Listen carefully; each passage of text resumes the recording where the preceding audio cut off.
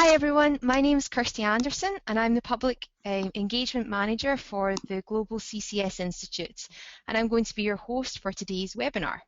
So first, let me give a warm welcome to everyone who's tuning in from different time zones around the globe, and thank you for making the effort to get up or stay late. I can guarantee that Norm is going to be well worth the wait. However, today's session is being recorded, so it will be made available on our website along with the presentation in the near future. So you can listen again or pass it on to any friends or colleagues that you think might find it beneficial. All right, let's get down to business. So today I've got the great pleasure of being joined by the lead author of the Q&A document, What Happens When CO2 is Stored Underground, the lovely Norm Sacuta Technology Research Centre in Regina, Canada. It's pretty early with Norm, so I promise not to talk too loudly. Norm is fresh back from presenting on this publication at GHG 12 in Austin, Texas, where he must have done a pretty good job, as we've been having requests for another print run of the booklet and to consider a number of different language translations just to meet demand. So just quickly, for those of you who are not familiar with the document, What Happens When CO2 is Stored Underground is a Global CCS Institute publication, and it's one that I'm particularly proud of. It's really just a simple question and answer booklet, which makes a really useful reference book for those of us who are trying to communicate about CCS. It takes 46 of the most frequently asked questions about storing CO2 and answers them using 12 years worth of experience and data that was generated by the IEAGHG Weyburn-Midale CO2 monitoring and storage project. The document has been really well received by projects and policy developers internationally. But today we're not going to look specifically at the answers that we've provided to all of these questions. I really just encourage you to go online and check out the document if you want to see those, and there will be a web link at the end so that you can access that document. Today, Norm really is going to walk through the process that we went through to create the final document and talk a little about where we hope this really could go in future. Okay, so here's Norm. Norm's been the communications manager for PTRC for 6 years. He managed the communications for the Weyburn-Midale project, and he also drafted the first communications plan for PTRC's Aquastore project, which is the research project which is linked with the new Boundary Dam CCS plant.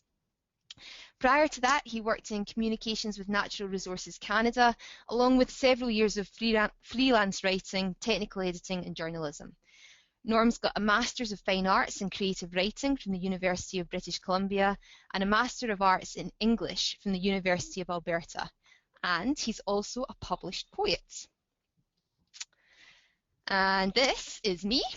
And I joined the Institute in February 2012 as the Public Engagement Manager, where I'm very privileged to be working with CCS projects and other Institute members across the world, really just looking at effective methods for delivering public engagement, education and outreach activities, and also improving access to the host of communication and public engagement resources that are available from the Institute. So prior to the Institute, I was a knowledge share manager in the Scottish Power Consortium CCS project, which is also known as the Long Annet project in the UK. And prior to that, I was working in sport and health improvement. So you can see that between Norm and I, we don't have a single engineering or science degree, but we both have benefited hugely from working on CCS projects with excellent geoscientists and engineers who have very patiently taken the time to explain their complex areas of expertise over and over and over again until it eventually made sense to their more artsy colleagues. And that's the level that this document that we're here to discuss is aimed at. It's informed, but it's simple. And it's really for those who are fed up having to secretly Google search throughout all of these meetings with their engineering colleagues. Okay, so I think that really is plenty in terms of an introduction, and there's really just one more item of housekeeping before I hand over to Norm. So that's just to show you quickly how to submit your questions during the webinar. Norm's going to present for about 30 minutes, and during that time, please feel free to use this control panel that you can see on the screen right now to submit your questions. And I'm going to be collecting these questions as Norm's talking, and then we'll pose them to Norm at the end of the discussion, and I might answer a few as well. Okay, so without any further ado, let me hand over to Norm. Norm, are you there? Yeah, I'm here. Super. I'll hand over to you then. Okay, and I hope people can see. Yep, here we go. Good.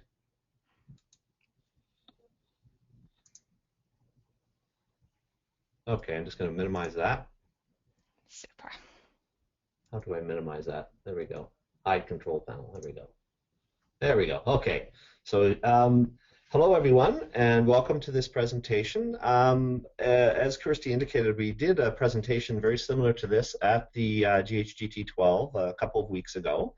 What this basically provides is an overview of how we created the document and some of the, in particular, peer reviewing that happened with it, and helped us to change it so that it became even more focused than the initial drafts which were produced. So for those of you unfamiliar with the Weyburn-Midale project, this is basically a quick summary about what was involved. The research project ran from 2000 to 2012. It was tied to a commercial enhanced oil recovery operation at the Weyburn and Midale oil fields that utilized anthropogenic CO2. Now, anthropogenic is man-made CO2. It is delivered to the facility, the injection facility in southeastern Saskatchewan from a coal gasification plant at Beulah, North Dakota. Since 2000, about 25 megatons of CO2 have been injected and stored into those two oil reservoirs.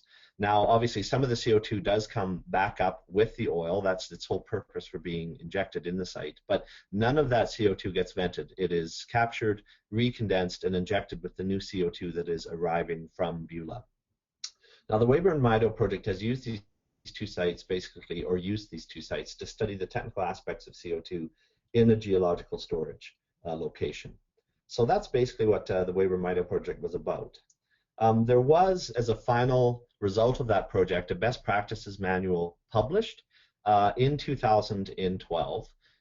It basically covered all these areas of best practices in terms of injecting and examining the storage of CO2 in those reservoirs. Everything from the characterization of the site to performance predictions and computer modeling, geochemical and geophysical monitoring, which was done at the site in terms of groundwater and soil gas, performance validation, which is taking some of the models and comparing those against the actual results that were found in the monitoring, wellbore integrity, which of course is very important, particularly in an oil field where there's several wells going down into the location, and overall risk assessment and community outreach. There's chapters on each of those particular areas of interest in the best practices manual, but this document is fairly technical and not one that is necessarily the best in terms of doing public outreach with members of the general public who might find the information very technical and not easy to understand.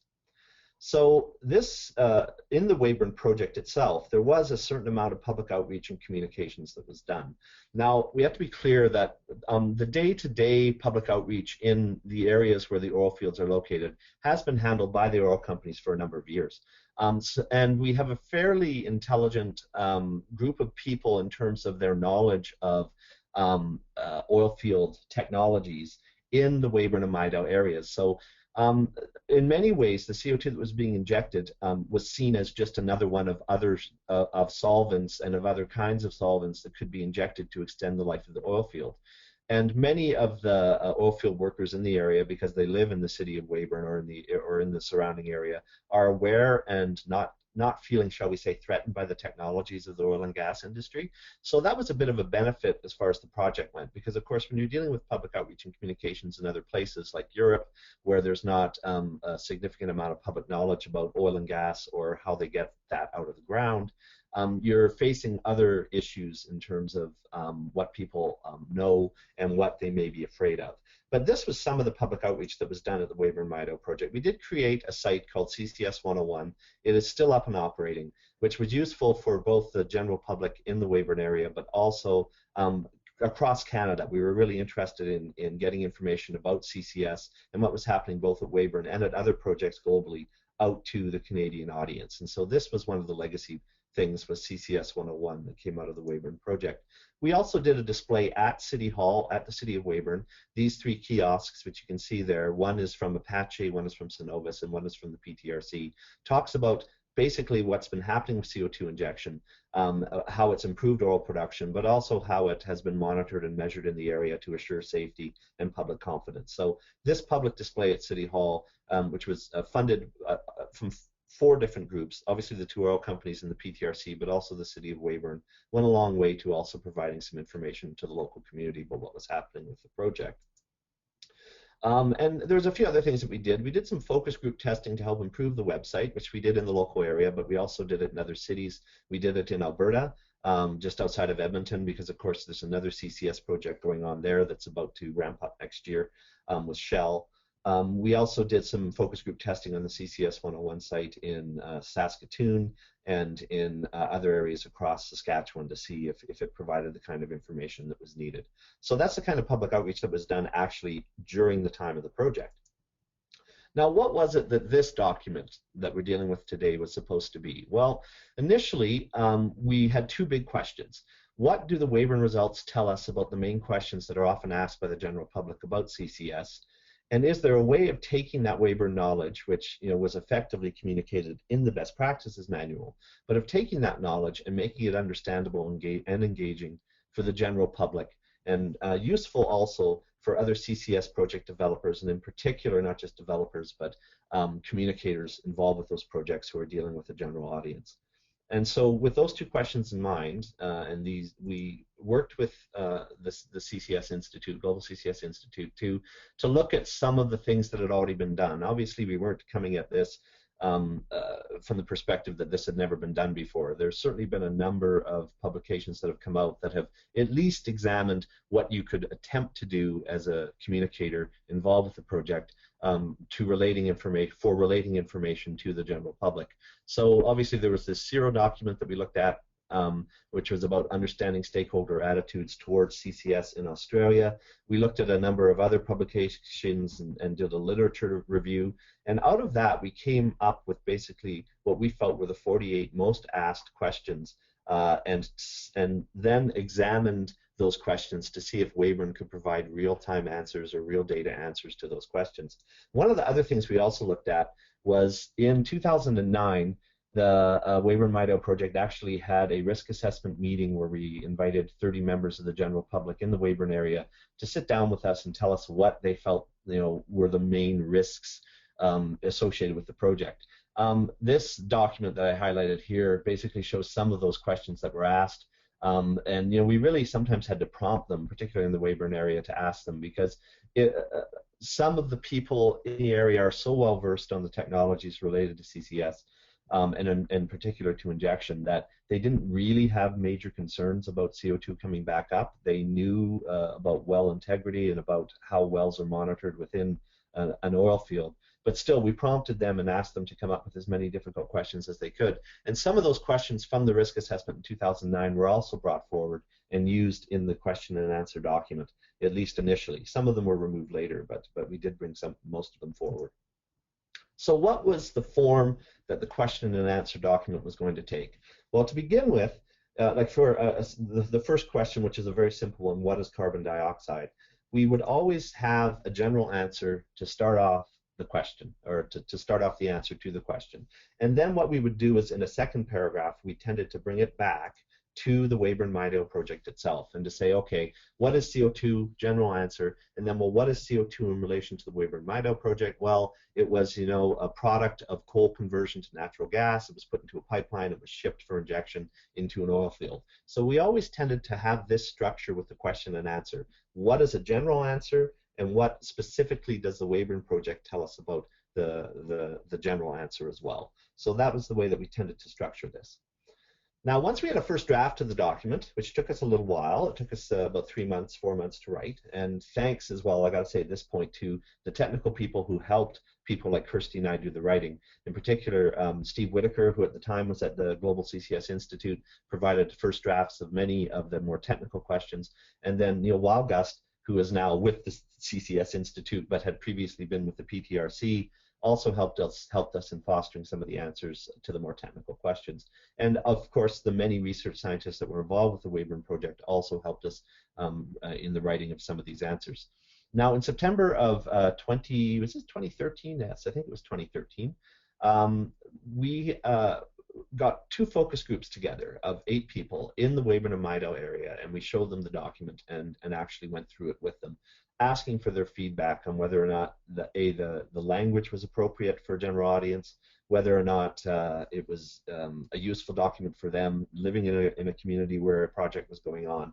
This is just the basic makeup of the 2 groups. We tried to be fair in terms of gender equality, in terms of age differences, and have both educated and lack of a better term, less educated people, people with high school education, some who had not finished high school, some who had postgraduate degrees. We really tried to cover the spectrum when we did the focus group itself. Now, what we asked them to look at was document effectiveness, whether their information needs were being met in terms of a project in their area, whether they trusted the information sources or whether they were suspicious of it, whether the format was intuitive, whether it used appropriate language, whether the illustration and design was effective, and whether they could recall the material later after they had read it. Now, we did actually pay the focus group participants because we had them do some homework ahead of coming to the focus groups, and that is reading the document. Now, that takes a while. It was about a 40-page document after all. So we did give them each a stipend of $200 in order to cover off their time for reading the document ahead of meeting the focus groups, and then that allowed us to really focus in the few hours itself where the focus group was going on, rather than have them rereading the document. And that also really allowed us to do the kind of material recall exercises, which were very important to see if they actually understood what it was that they'd read a few days before. So, what did the focus group not like? Well, they wondered about the information source that was providing this. So, who does the Weyburn-Midale project represent? Who is providing this information? When they felt it needed to be clear that there was research scientists providing this information, that it wasn't coming directly from a company or directly from government. So we did try to increase that awareness in the document itself.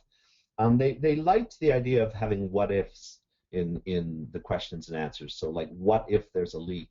What if there's seismic activity? What if there's an earthquake? They liked that because that's tended to be how they phrased their questions. So we did change the wording of some of the questions to reflect that what if preference on the part of the focus group people. And there was some additional confusion about the long-term security of storage. What did we mean by that? To safely store CO2 for thousands of years or tens of thousands of years, or is it just 100 years? And of course that is an issue that is dealt with quite a bit when you're dealing with the general public and you have a project, is what do you mean by safely storing in the long term? So that was also something that was raised as perhaps not having been covered off as well as it should have been in the document. So what then happened is we went back and we took those peer review, or sorry, not the peer review, the focus group results, and we got together a group of peers in CCS communications and involved with CCS projects across North America and in Europe. And what we did was we took the focus group results, and we took the document itself, and we said, okay, let's have a one-day workshop where we look at what the general public thought about this document, and we also look at how we as communicators would like to see it change to make it more clear. Now, this is the group of people who were actually at the meeting itself. Many of them might even be on the call today. I don't know. I'm sure some of them are. And we also did have input from a group like Zero, Camilla, I've forgotten Camilla's last name. She's going to kill me if she's listening. Camilla was also involved from Zero, and we also involved other people with write-in assessments of the document. But the one-day workshop looked at the document and the focus group results. And what came out of that peer review was a number of recommendations that we had to more clearly spell out what the Weyburn-Midale project was and say what its specific value was. Now, that is also tied to the next point, was that we had to clearly define Weyburn as an enhanced oil recovery CO2 injection project, not strictly a storage project. Now, you have to understand that Weyburn-Midale is very much the Weyburn-Midale project was very much a storage research project. So we were looking at how CO2 would be stored in that reservoir. So the measurement and monitoring that was done at that site is really applicable to any site, whether it's enhanced oil recovery or not.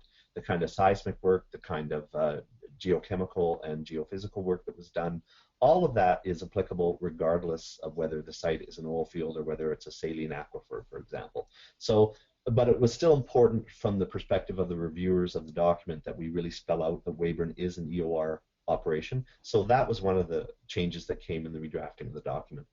It was also viewed perhaps not as a document for the general public, but potentially one that was more useful to communicators on projects and to policymakers. Now, that evolved over the course of time, and we can certainly talk about audience after this presentation, because audience is always important when you're writing a document. Who you're writing it for is the key. And that did shift a bit as we changed the document and it went forward. And that the other parts of the EOR operations that were part of the Weyburn project, so the transportation via pipeline, the capture facility at Beulah, those were not part of the Weyburn-Midale research that went on for the 12 years. We were really only looking at storage. So it was felt that perhaps other research projects might, going forward, want to develop an entire document on the transport of CO2 for the general public, another document about different kinds of capture, because those really weren't within the mandate of the Weyburn-Midale research project itself, although we still did keep a significant number of questions in the document related to those aspects of CCS, because really the document would not have held together without at least mentioning those particular areas such as transport and capture. And of course, there were some very specific suggestions made about improving images and improving the language and various questions. So the revision, what happened? Well, we went from 4 sections in the first section, in the first version of the document. We had, our questions broken into 4 sections, down to 3. And what we removed was really economics and regulations. That's not to say that all the questions within that category were eliminated. They were simply moved into the what if area, because for example, one of the questions under economics and regulation was whether or not I'll be paid if CO2 is injected under my property. Now that has different kinds of answers depending on what jurisdiction you're dealing with globally. So we kept that question, but we moved it into the what ifs, the most common questions about CCS in your community when a project is actually going on. So we simplified the number of categories down to 3, and we clearly defined Weyburn in the opening passage and in subsequent sections of the document as an EOR project, but that the measurement and monitoring done there did have direct application, or does have direct application, to other CCS projects, whether they're EOR or not. So this was the opening, this number 3, this was the opening description of what the Weyburn-Midale project is. So we had that at the very beginning of the document in order to make sure people were aware it was a CO2 EOR project. Now this is some of the rework questions, answers, and images. This document, many of you, or this particular, not document, image, many of you have seen before. It shows how oil production at the Weyburn field trailed off for much of the 70s and 80s until different technologies came in. And this gray part shows that once CO2 injection started, you got back up to levels that had not been seen since the late 1960s in terms of oil production. What we did was we took that and we actually made it so that it had a similar look and feel to the other images that were in the document. This document as well, I think, came from the IPCC about locations of CO2 underground, or it actually might even be an IEAGHG image. I can't remember now. And what we did was we redrew it so that we had a common look and feel for all of our images. They actually had some, they didn't look like they'd been pulled from different places and different documents, which of course they had been. We tried to make it so that the document had a certain consistency to it. And this is how one of those images looked once we had the question actually formatted in the document. This is another example. How do you store CO2 and how do you decide where CO2 can be stored? And then there we have the actual chart in place with what is CO2 EOR. And that's a very good description, that particular question. If you ever have questions within your own project about what the difference is for CO2 storage, pure storage, versus CO2 used for enhanced oil recovery, that question gives a fairly succinct answer. So going forward, what is it that we hope to do? I mean, we obviously have a document which I hope you'll all get a copy of, and I hope you'll all find useful. And of course, if you have any suggestions, there may be a second edition. I don't know, Kirsty. Everyone likes a trier, Norm. Depends on how much demand there is. But going forward, there was a group consensus amongst the peer review people that similar initiatives based on information from other projects would be beneficial. Now, what form that that information takes, and this is, of course, to help CCS go forward globally. You know, if for example, the Decatur project has a lot of good information about the dedicated pipelines that they built, as well as some monitoring information about injecting into the saline aquifers and about seismicity. That might be a useful document that would come out of that project. But how does that, what form does that document take? And I mean, perhaps arising from the peer review, it was suggested a lot of this could be online and be much more interactive, with small films being made, short films from experts around the globe that would deal with the different parts of the CCS chain, so that you would actually have academics on screen, on the internet, providing information for the general public about what the different aspects of CCS are and how to better engage with that. And we were hoping that perhaps a permanent peer review group, or if not a peer review group, a communications group, could be created to kind of wed information from the major projects that are going forward. So the Scotford upgrader project in Alberta is going forward, of course. Boundary Dam has just started. The Kemper project down in the States. Perhaps getting communicators together from those projects and finding out how exactly we can better share information with the general public about what's happening with CCS going forward. And that is it. Brilliant. Thank you, Norm. Yeah. All right. Well, listen, I think, first of all, thank you so much for a fantastic presentation. I can see why it went down so well at GHGT. Just to follow up on one of the points that you were stumbling on during your presentation, Camilla is listening, and her second name is Skirion. Oh my God! And I've probably pronounced that and horribly. I've only known her for, like, 3 years, but that's fine. I'm sorry, Camilla. I'm sure she'll forgive you. I'm sure she'll forgive you. So what we're going to do now is just pose a couple of questions to Norm about the document and about the process that he's described that was gone through to produce that document. There's been a couple of questions come through so far, so just bear with me as I work through them.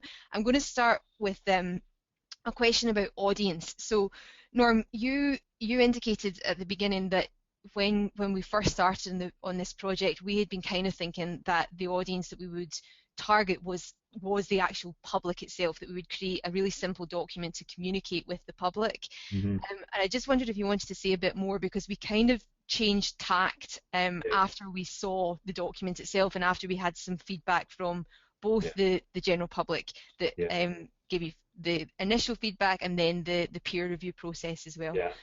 Well, and it was, I mean, obviously audience is key when you're creating a document. I mean, who are you actually writing this for? And we did have a sense of, if there's such a thing, that nebulous beast called the general public, that what we were writing for was, if not a completely ignorant audience about CCS, a general audience that really knew nothing about CCS, then at least an audience that would have limited knowledge of it, and that was who we were gearing the document towards. But then out of the focus group testing, where we had a lot of people who certainly retained the knowledge that they had read, but a fair number of people who said, we probably wouldn't have read this all the way through if we hadn't gotten the $200 to do it.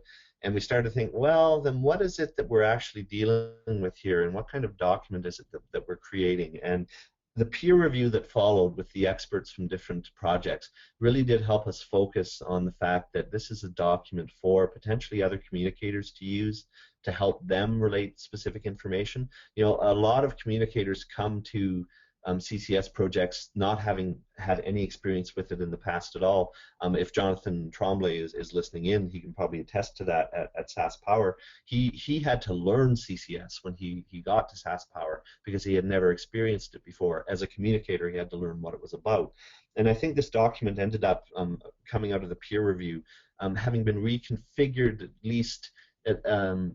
Not that it couldn't be used as a document to give to the general public, but that it was maybe a more useful document to be used with project managers, communicators with new projects that are going forward, and to help them, first of all, understand what CCS is, and then to provide key messages for them when they are relating their own information specific to their projects to other members of the general public. So audience did shift a bit for us, although I think it is still a useful document to give out to people who are willing to read the information, because it is in a fairly simple language. It may be a more useful document for other project proponents. Yeah, and I think, the document has been published since April this year, and the feedback that we've been getting is from academics and from project proponents who work in the sort of communication field, and also the policy sector as well, that we've found people really have benefited from that kind of informed information with the data to back it up. But it's not, you know, bedtime reading document, but it is definitely something to really to help bring something which is really quite technical into layman's language and help to make sense for other people. That kind of picks up on a comment that we've received from somebody who's mentioned basically that given the amount of money that has to be spent on CCS projects, you know, you're talking in the region of billions of dollars, that should there not be more money spent on education of the public? And a webinar like this is fine for people who are interested in the subject, but what about the general public who would mostly get information from the media, such as documentaries? And I think, you know, by answering that question about the purpose of this document, equally the purpose of this documentary, of this webinar, sorry, is about trying to skill up the people who are doing the communicating to the likes of the media, to the likes of the general public with one-on-one meetings, to make sure that they have access to that data-backed knowledge of CCS. And I think there's some real value in that. So the changing of the audience, I think, has been a positive thing for this document. Norm, we're getting quite a few questions through around aspects of EOR and CCS. So I think it may just be worth pointing out that you drew on it during your presentation, that a lot of the feedback that we got from the peer review group was that we really had to make the distinction between the Weyburn project as an EOR project, but rather than a CO2 storage project. I think it's maybe just worth reiterating that on page 17 of the document that we're discussing, there's a really good explanation of what we mean by a CO2 EOR project, and also as a result of the feedback that we received, you produce a really excellent summary at the beginning of what the Weyburn-Midale project was actually about. If you don't mind, Norm, just recapping a little bit, because we have had quite a few questions popping up about this difference between enhanced oil recovery. If you could maybe just explain again why the Weyburn-Midale project, the research project that you looked at, actually you would consider looking at it from a CO2 storage point of view, if you don't mind. Well, I mean, it is important to note that this was an enhanced oil recovery project, but it's also equally important to note that the research was really not about the recovery of oil. The research was not about the transportation of CO2. It was not about CO2 capture. The research that went into the Weyburn oil field was specific in that it was measurement, monitoring, and verification of the CO2, and also providing the kind of MMV tools that are useful regardless where storage takes place. So whether or not this CO2 is being injected for enhanced oil recovery purposes, and whether or not we consider that CO2 therefore to be worthy of credit because we are actually creating more CO2 when that oil is burned, those are side issues. What this Weyburn-Midale project was an examination of storage. And all of the results that came out of that, whether it was the risk assessment that was done, whether it was the characterization of the site, whether it was soil gas and groundwater analysis, whether it was the seismic research, which was also very important, that was done at the site, all of those things are directly applicable regardless where the storage location is. And the recommendations that come out of the Weyburn-Midale project in the best practices manual, that technical book that I spoke of in the opening pages of my presentation, that best practices manual is about validating CO2 storage. That's what it talks about. It doesn't say EOR. It doesn't say that that validation has happened in relation to an oil field. All of the MMV that was done and all of the characterization that was done at that site is applicable regardless what kind of storage container you have. So that's why the Weyburn-Midale project can speak to storage in general and to CCS as opposed to CCUS, because the things that were done at that site are applicable to all storage sites, whether or not that's an oil field, a deep saline formation, a deep coal seam. All of those sites potentially need to have exactly this kind of measurement and monitoring done. Now, what is one of the main differences? Well, of course, when you're injecting into a deep saline aquifer or a deep saline formation, as we're doing with the Aquastore project, you're only really looking at 1 or 2 wells and having to monitor 1 or 2 wells in terms of wellbore integrity. At an oil field, you're having to look at several wells and making sure that several of those production and injection wells maintain their integrity with relation not just to CO2 but everything else that's down there in the reservoir. So, you know, those kinds of subtle differences are obviously important. You're going to have to do more wellbore integrity work in relation to an EOR field than you are when you're injecting into a deep saline aquifer. But a lot of the learnings that came out of Weyburn we have applied directly in the measurement and monitoring that's just begun with Aquastore over the last few years. And we've actually developed additional measurement monitoring that we thought would be useful arising out of Weyburn at the Aquastore site. So, I mean, all of those things I think are directly applicable whether or not you're talking about enhanced oil recovery or not. So, while it's important to identify Weyburn as an enhanced oil recovery operation, it's also equally important to recognize the things that were done in terms of MMV at the site, which are applicable regardless what kind of formation you have. Brilliant, thanks, Norm. Norm, I've had a question specifically about the focus groups themselves, and this one was really asking, was it difficult, or how difficult was it to arrange the focus groups with the general public? Yeah. And why did you choose this? What was the decision, the thinking behind the numbers that were involved? It seems like quite a small number of people that were consulted, but Right. In terms of the size of the group, was that a conscious decision, or was it just made because that was who showed up? Yeah, well, actually, it's interesting because we actually hired a professional focus group company to arrange that for us, and used Rick Fink as one of the moderators as well in that process. And Rick was involved extensively with the Weyburn-Midale project for 3 or 4 years towards the end of it in terms of being the theme lead for public outreach. But what I would say is that if you're going to do a focus group, I would defer to a professional company that has managed focus groups before.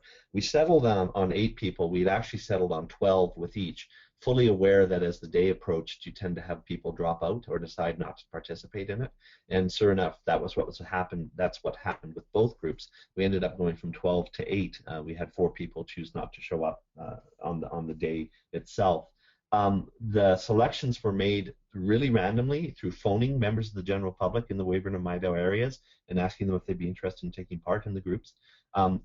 With that, in that respect, we were lucky in that we got such a good breakdown of ages and education levels.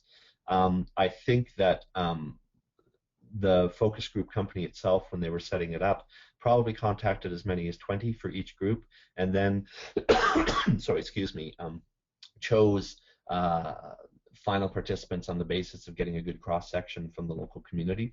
So the way that it usually works is, if you employ a focus group testing company, is they do random selection through phone contact or through door-to-door contact in the community where you are, and then based on getting about 20 possible nominees for each focus group, they narrow it down based on trying to cover off aspects of income, age, gender, in order to get a good cross-section. So that was kind of how it was done. It was primarily done, though, through the focus group company that we hired.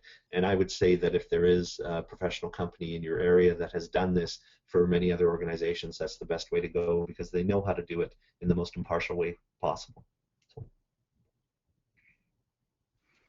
Great, Norm, thanks. I think also it's probably worth saying that the feedback that we were looking for, it wasn't a strict like social research project where you were having to be overly concerned with bias, because really what we were looking for was feedback on the document in terms of how it was received, where the difficulties were, and having a small number in the group was actually quite helpful, because it meant the data that we were having to work with wasn't too voluminous. Yeah. I think, and it certainly it felt like there was, at the time, there was some pretty critical feedback, so it didn't feel like there were people who were just trying to make us feel good about what we were doing. Yeah, well, there was some difficult feedback for sure. People who really hated certain parts of the document. So, yeah. Norm, Camilla has clearly forgiven you because she's asked a question. about if you have some examples of people or stakeholders that have used the booklet in their communication and engagement work and the kind of experience that it's given them. And I'm thinking maybe as a starting point, some of the experience that you had very recently with Schlumberger perhaps might be a way to start, and then I can talk a little about some of the more international. Yeah, well, I mean, it was interesting at the GHGT 12 because the PTRC didn't have a booth in particular at the event, so we left copies of the booklet at the Schlumberger booth, which was very thankful to Laurie Gavreau for allowing us to do that. And so after my presentation, I went to the booth and like 30 copies were gone, and there was a number of requests for additional copies. And then Laurie contacted me last week and said that Schlumberger would like to have copies of it to use in their public outreach, and also to have at their booths when they attend different events, and potentially for even internally, if I'm correct in terms of talking about this, Laurie, I hope I am, internally for some of the members of their staff, perhaps when they first come on and they have to be versed on CCS. The document is very useful for them as well. And of course, because Schlumberger was intimately involved with the Weyburn project in terms of both software that they offered and also in-kind support, it would be useful internally for them as well to let new employees know about the kind of projects that they've been working on. So certainly in terms of Schlumberger, yes, there's been direct application, not just to their internal employees, but also potentially to clients who may be coming to their booth. I hope that's a fair statement to say, Laurie. As far as other projects, well, there aren't a lot of projects happening yet. That's the problem. I mean, I would hope that Kemper perhaps might use the document if they have any questions once they're up and operating, because they, of course, are using their CO2 for enhanced oil recovery, so it has a double application there.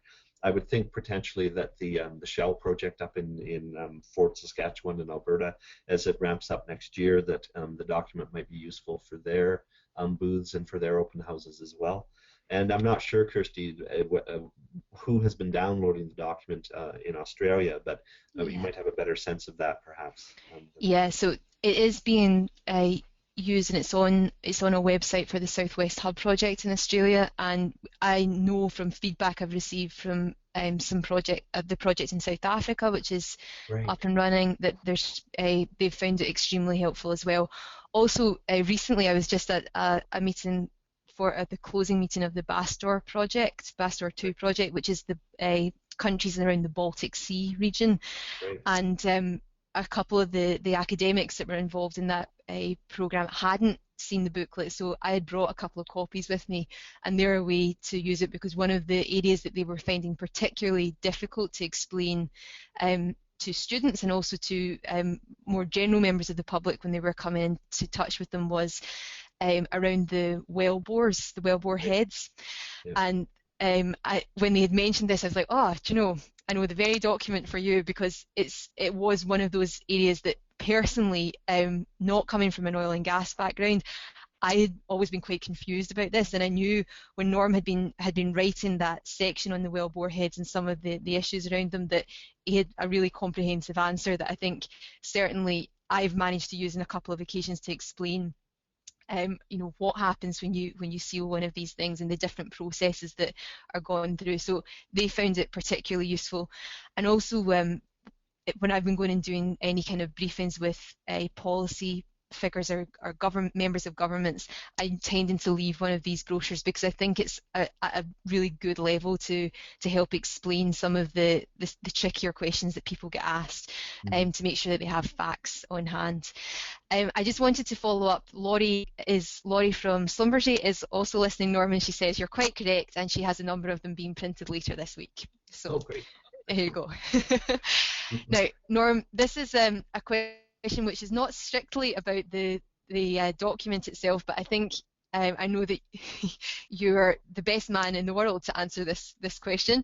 So it's a bit of a technical question from a few years ago, where Weyburn obviously had a very public issue with accusations of leakage, and this question's come through from someone who's been asking about the project itself, because there was this negative publicity about dead cattle and water and whatever else, and they've said it was in the area where CO2 was injected. How has this been resolved? And was it associated with the CO2 injection in the end? So I think it's it's one of these questions that you always have to answer. It's going to go with you, so if you don't mind. Every conference I go to, and it's the problem with the nature of media, I'm afraid, because of course when the initial accusations were made back in January of 2011, it went global, and unfortunately one of the worst headlines in the history of the world went global. I think it was CO2 capture project captures and spews dead animals, and that was done by the Canadian press, and it went global, and it doesn't even make sense, the headline. But okay, so to basically summarize what the accusations were, there was a farming family that was actually outside of the injection zone. They were to the south and west of the oil field injection where the CO2 was happening.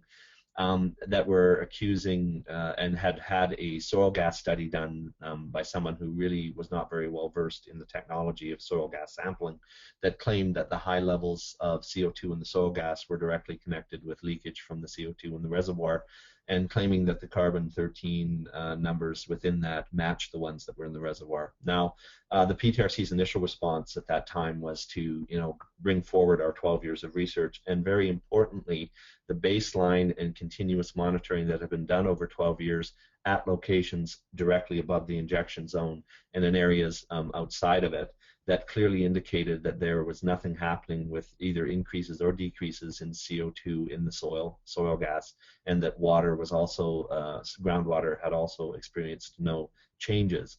Now, our initial response wasn't enough. What ended up happening was that the British Geological Survey was in the process of being hired again by the PTRC to do more soil gas sampling, and we asked them to extend it to the accusation property, to the property of the people making the accusations, so that we could settle the matter. And there was also a number of independent studies, 2 independent ones, one from IEAGHG CO2, which was done, I think, by IEAGHG in Austin, Texas as well, that looked at the soil gas and also at other elements within the soil to see if the accusations had any basis in fact.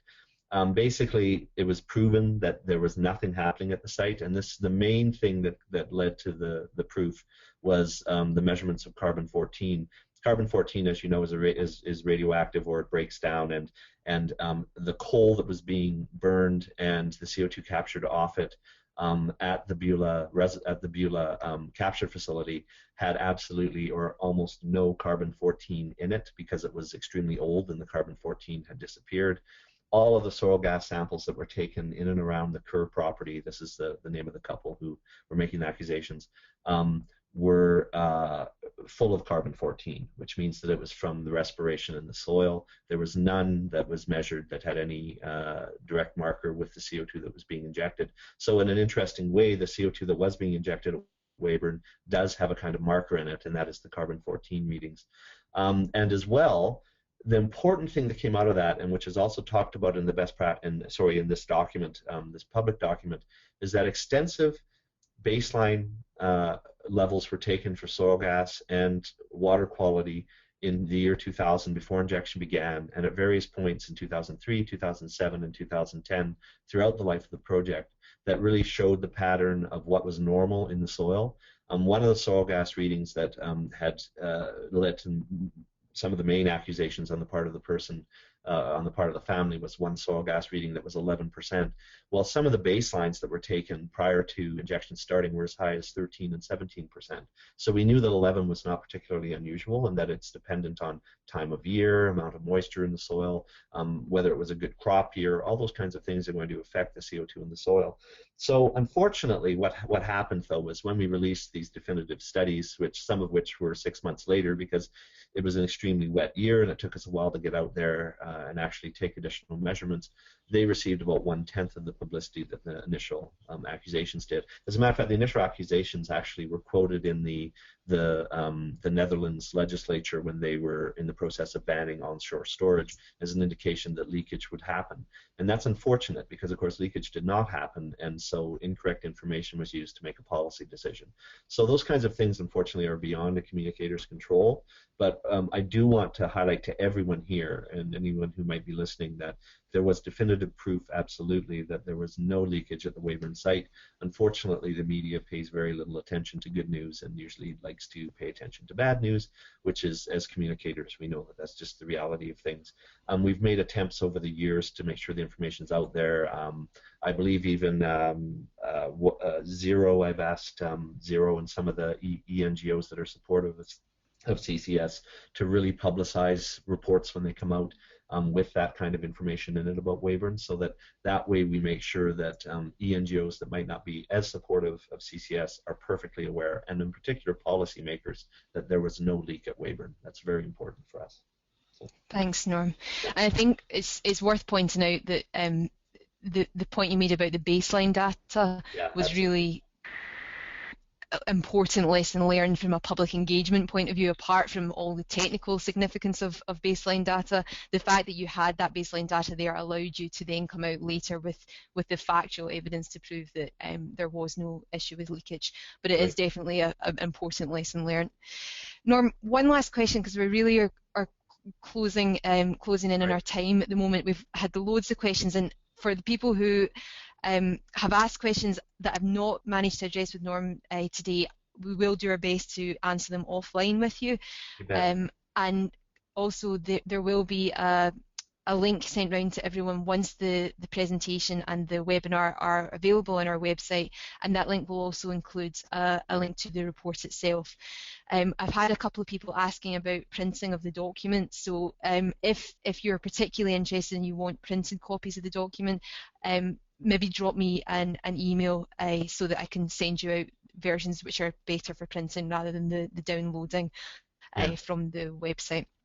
So Norm, last question, and back to the report really on this one, was about the questions that we chose to answer in the document.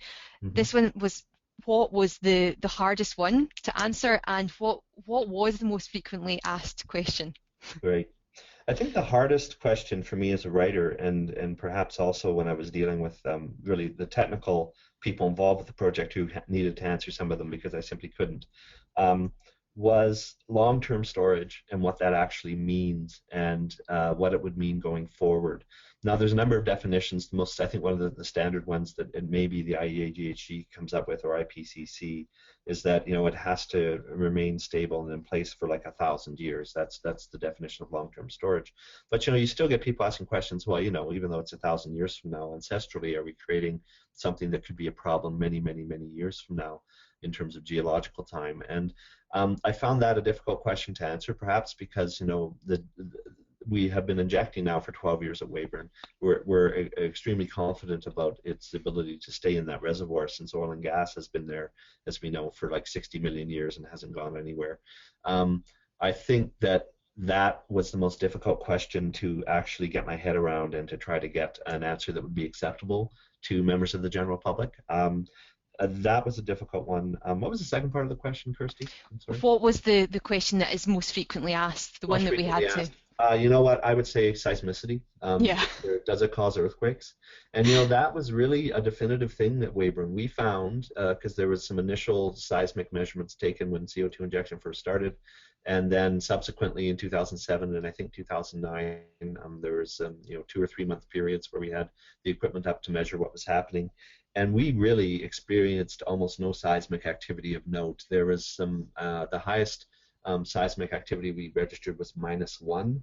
Now, obviously, there are other issues, and this is where it becomes dangerous for CCS in that it gets conflated with fracking and hydraulic fracturing. We did think, as I recall, Kirsty, we did think about having a question or two in there about how CCS injection was different from hydraulic fracturing, but that in itself can be messy in terms of then people will conflate the two as the same thing if you write about them in the same document. So we weren't exactly sure how to identify that, but the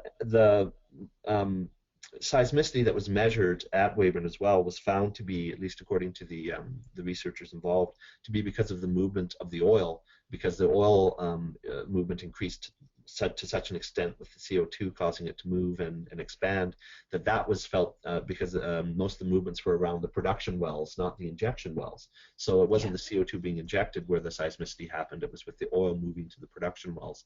Now I think that that's been similar in Oklahoma with the issue of fracturing there. What's been happening is that the injected water is what's been causing the wastewater, the injected wastewater in one of the saline formations, I believe, is what's been causing some of the higher seismic activity in Oklahoma. So, I mean, that is one of the key questions, I think. And with CCS, at least with our project, there was very, very little seismic activity. Of course, it really is dependent on the kind of reservoir you're injecting into. And another project like Decatur probably has some very interesting information on their seismic activity as well with the injection of CO2 into a deep saline formation. So I do think that that is dependent on projects, but it was certainly the biggest question that gets asked by the general public is whether or not there's seismic activity with injection. So.